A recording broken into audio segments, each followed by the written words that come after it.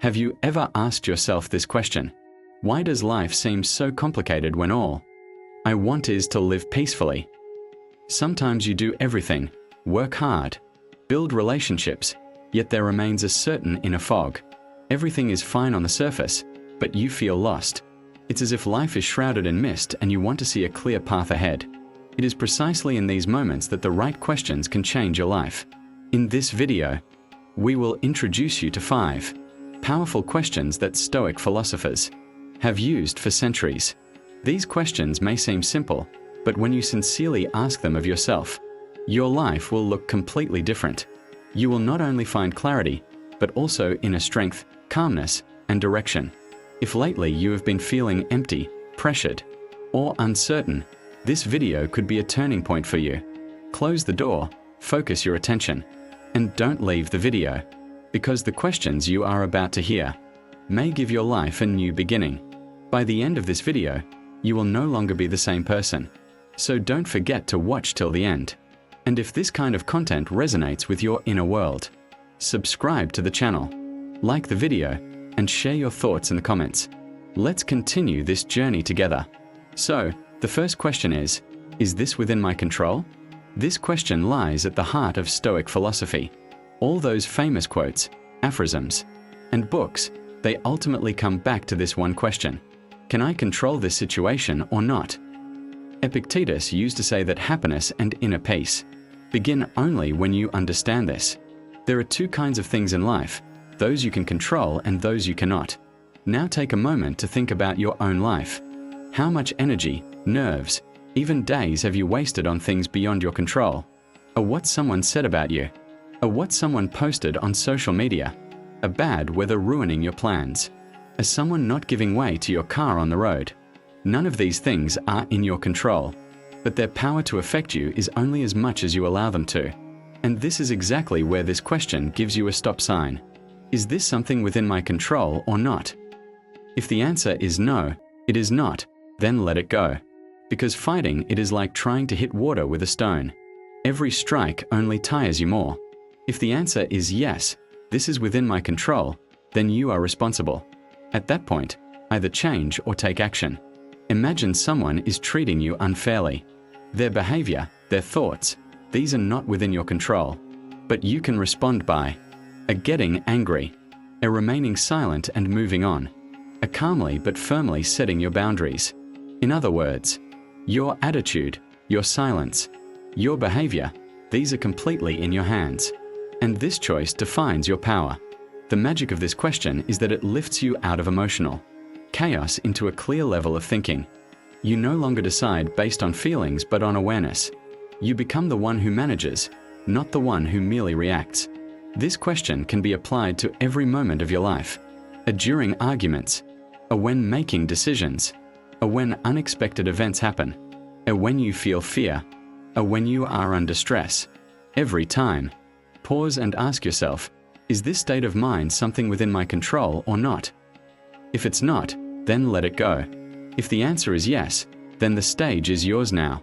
The power of this question lies in that it transforms you from a victim into an active chooser. You no longer stand confused in front of events. You recognize your responsibility. And this is the beginning of freedom.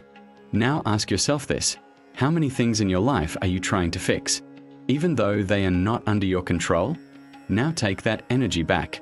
Redirect it to the areas that belong to you, because only there can change truly happen. The second question, can I respect myself in this state? This question is a silent but very powerful mirror. It removes you from others' eyes and puts you face to face with your own view, your own values. Because in daily life we play so many roles, at work, at home, on social media, that we can lose our true selves. Inside everyone is a judge, a quiet voice called conscience. It doesn't speak out loud, but you feel it. Sometimes you try to fall asleep, but this unrest won't let you. Only you know what you have done. Everything may look perfect from the outside, but how do you see yourself? Living for others is silent slavery. In life, we often live trying to look good in others' eyes, and we choose our clothes to suit their taste. And our behavior becomes what they would approve. Our choices are driven first by how will they see me? But for a moment, ask yourself, with what I did today, am I getting someone's approval? Or am I earning my own respect? These two are different, very different. Others may praise you, he's smart, she's very polite. But inside you know you gave up your principles somewhere. You smiled, but inside you scolded yourself. You agreed, but part of your soul fell silent. Your relationship with yourself is the longest relationship you will ever have. You will build relationships with dozens, hundreds of people in your life. But one relationship lasts until you die, the one with yourself. If this relationship isn't strong, none of the others will bring you full happiness. Self-respect is laying your head on the pillow comfortably every night. Today you stayed silent to please someone's heart, but tomorrow that silence will choke you. Today you lied and maybe no one will know, but you will. Today you rose in someone's eyes, but perhaps you shrank a little in your own. The question is, does this state, this silence, this behavior, this consent, increase or decrease my self-respect? For Stoic philosophers, external approval was completely irrelevant. Epictetus was a slave but possessed inner freedom. No one might love him, but he was pure before his conscience. He said, "Others may criticize you. If you live with a clear conscience, what does that change for you?" Marcus Aurelius was an emperor. Yet in his daily notes he wrote, "If I live every day with honor, and in the evening have something to say to myself, that is enough for me." For these people, success was not just external achievements, but staying true to their principles. Their greatest victory was not losing inside themselves. So always speak the truth. Sometimes it is hard, but it strengthens you inside. Learn to say no, because every yes can turn into saying no to yourself. Align your words with your actions.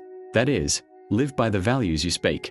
Every time you apply these three principles, you rise within yourself. This is not arrogance. This is inner respect. And this respect is the silent foundation of your life. A person who respects themselves is calm, yet very strong. They no longer need others' praise or applause. They live by their quiet power and make decisions based on their internal compass. This power may not be visible outside, but that person sleeps peacefully at night. That person convinces when they speak. That person leaves a mark wherever they go. The third question, if this were my last day, what would I do? This question might sound a little scary because no one wants to think about death. Most of us see death as a distant future, somewhere far away, in old age. But Stoic philosophers didn't think like that. For them, death was not taboo. On the contrary, it was a part of daily life. Marcus Aurelius wrote, "Death is a fact, not a surprise. It is at the door. So do what must be done now." What does this mean? It means you should live each day as if it were your last, so you don't live your life halfway. Death is not frightening. What matters is that you appreciate the life you live. When a person starts thinking about death, they actually start living. Then suddenly they realize that, and many things are not worth getting upset about. Or often when we say, "I don't have time," it's just an excuse. A 10 minutes spent with loved ones is more valuable than 2 hours on social media. Now let's be a bit honest. Many times we think we are really living, but in fact, we are on autopilot. We wake up in the morning, scroll through social media, go to work, spend the day feeling dissatisfied. Evening comes, our head is still on the phone. Days pass, months pass, years pass, and life passes by. But do you ask yourself, was today truly the day I wanted to live? Or did I just breathe and pass the time? The question, if today were my last day, what would I do? Is actually a powerful wake-up call. It shakes you out of the void you may be stuck in. It tells you, time is limited. Live now, or one day you'll say, if only. When you ask yourself this question, the following questions follow you immediately. Did I tell the people I love today, I love you? Did I call the person I want to forgive but have been postponing? Or am I doing work that touches my soul, or just earning a paycheck? Or am I giving the attention I want to give to my children, friends, and family? As you answer these, you begin to clearly see what needs to change in your life. Memento mori, one of Stoic philosophy's deepest expressions. In Latin, remember death. This is not meant to scare you. On the contrary, it calls you to realize the value of your life. A person who remembers death won't waste time. If they will hold no grudges, knowing life is short. If they focus not on what others think, but on how they live. And most importantly, they don't wait for happiness tomorrow. They live today. So every day, ask yourself, if today were my last day? This question guides you. It awakens you. It calls you to live consciously, not emotionally. Only when you turn this question into a habit does life begin to change. First, small changes happen in your decisions. Then your choices shift. Then your relationships. And finally, you change. This question shows you that real life is not tomorrow, but this moment. If you can't live this moment, tomorrow will be too late. It's no coincidence that perhaps the best lives are those lived by people who truly understand the reality of death. The fourth question, does this make me a stronger person? Every challenge we face in life is a choice. To run and hide, or to learn a lesson and grow. Human nature wants to retreat when difficulties come. Sometimes we ignore a problem, sometimes we get crushed by it. But the Stoics tell us, don't fear hardship. See it as an opportunity. Marcus Aurelius said, the obstacle in the way becomes the way. Meaning, how you view the problem is its meaning. Or if this problem makes you angry, weak, and confused, then it has come to teach you. Or if you analyze the difficulty and learn from it, then you are growing. Think about it. Does this state, this situation, this person bring you closer to a stronger version of yourself or a weaker one? Every difficult conversation, every stressful day, every criticism, if approached properly, builds your psychological muscles. Your emotional flexibility grows. Your self-control strengthens. In fact, this question asks a simple thing. Do your experiences make you spiritually bigger or smaller? The perspective shifts. It's not a problem, it's a lesson. Maybe life is squeezing you today. Maybe someone's indifference or criticism hurts you. Maybe a plan failed. Ask yourself, does this make me stronger? If after this event you have started thinking more deeply, if you try to understand yourself before reacting, if someone's words teach you instead of breaking you, then you are not weakening. You are strengthening. Think like a fighter, not a victim. This question pulls you out of victim thinking. You no longer say, why did this happen to me? Instead, you say, what does this want from me? When the question changes, so does your life. For Stoics, strength is not muscle power. True strength is knowing yourself, mastering your emotions, standing firm in hardship. So next time life tests you, immediately ask yourself, how can this experience make me stronger, deeper, and more composed? Because when you start seeing hardship, not as an enemy but as a teacher, you have already begun to grow spiritually. Finally, the fifth question, what truly matters? Life often feels like a race, working more, earning more, sharing more, and ultimately, getting more tired. But the Stoics pull us out of this race and ask a simple question, what truly matters? At first glance, this question may seem very simple, but finding its answer can take a lifetime. Because this question immediately takes you beneath the deceptive surface. Deep down, you step away for a moment from daily worries, pressures from social media, and others' expectations. You start thinking not about what others tell you, but about what you truly need. The path to inner peace is freedom from complexity. The Stoic philosopher Epictetus said, to need little is the key to freedom. This doesn't mean settling for little money. It means focusing on essentials in life. Money, status, fame, these come and go. But your character, honesty, and principles, these are yours.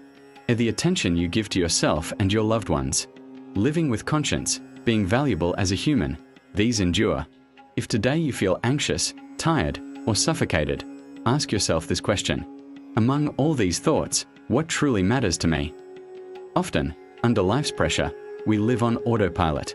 We rush as if we are missing out on something. But when you stop and ask this question, your direction changes. And maybe that conflict you had at work today isn't really that important. And maybe those words that hurt you aren't worth losing your energy over. And maybe instead of trying to do so many things in life, focusing on a few core values is enough. This question purifies your priorities. What truly holds value for you? Love, peace of conscience, your time, the calm of your soul? What truly matters? This is a mirror connecting you to your depth. This question gives you composure, or it separates you from social noise, or it shows you what to let go of and what to hold on to. If life has become too complicated, this question is like a lamp guiding you back to balance. Remember, it's not doing everything, but doing what truly matters that will bring you ease and freedom. So, these 5 simple, yet powerful questions open the door to Stoic philosophy for you and light the main path to life's depths. If you learn to apply these questions in your daily life, you will gain not only the ability to think more clearly, but also become the owner of a deeper, calmer, and more meaningful life. These questions will bring you inner peace, clear your thoughts, and give you the strength to see difficulties from a new perspective. They will help you understand yourself better, gain inner freedom, and take steps toward true happiness. Remember one of life's greatest secrets.